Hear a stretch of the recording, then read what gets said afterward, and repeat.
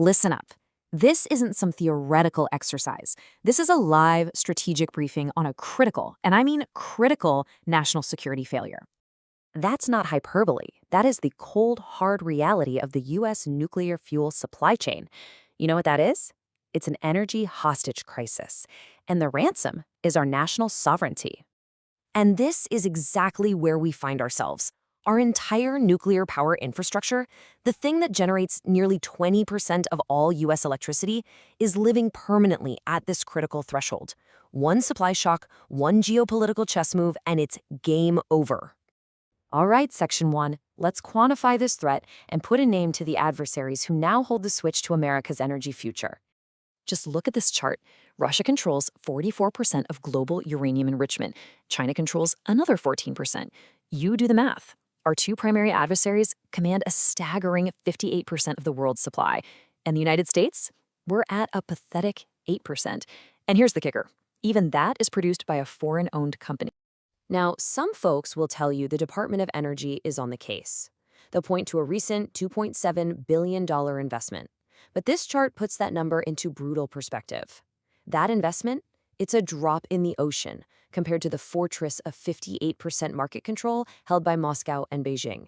We are outmatched, outproduced, and dangerously exposed. And you have to understand, this crisis isn't just about keeping today's lights on. It's about America's entire energy future. The next generation of nuclear power, right? The small modular reactors we need for AI data centers and tech dominance. Well, they run on a different, more powerful fuel called HALEU. And believe me, the choke point there is even worse. So let me be crystal clear. Russia has a near-total monopoly on commercial HALEU production. Just look at these numbers. The U.S., we've produced less than a single metric ton from a demonstration plant. Our immediate need, right now, for projects already funded, is 22 metric tons.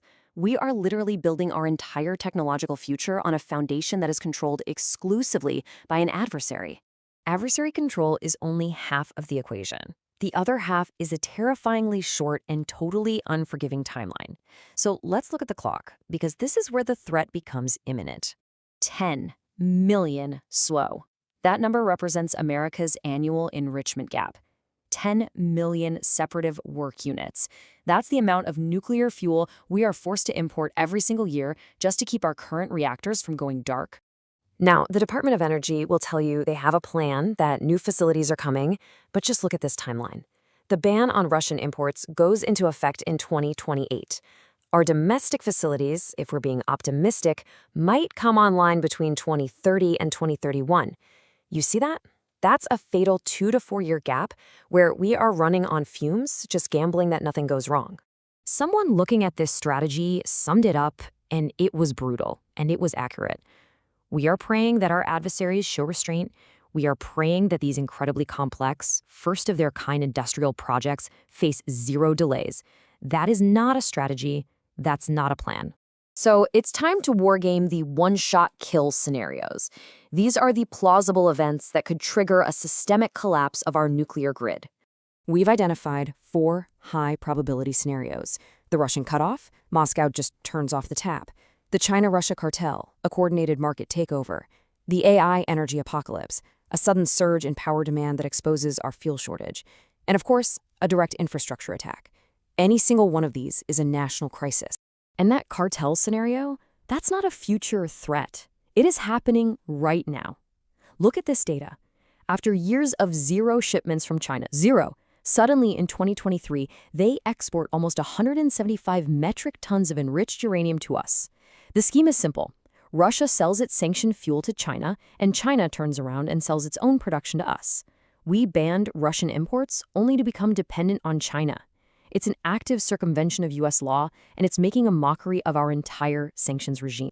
Okay, acknowledging the depth of this crisis is the first step. The second is executing the only viable path forward. There is only one way out. So, what is the survival playbook? And let me be clear. These are not polite policy suggestions. These are battlefield commands required to regain our energy sovereignty. 1.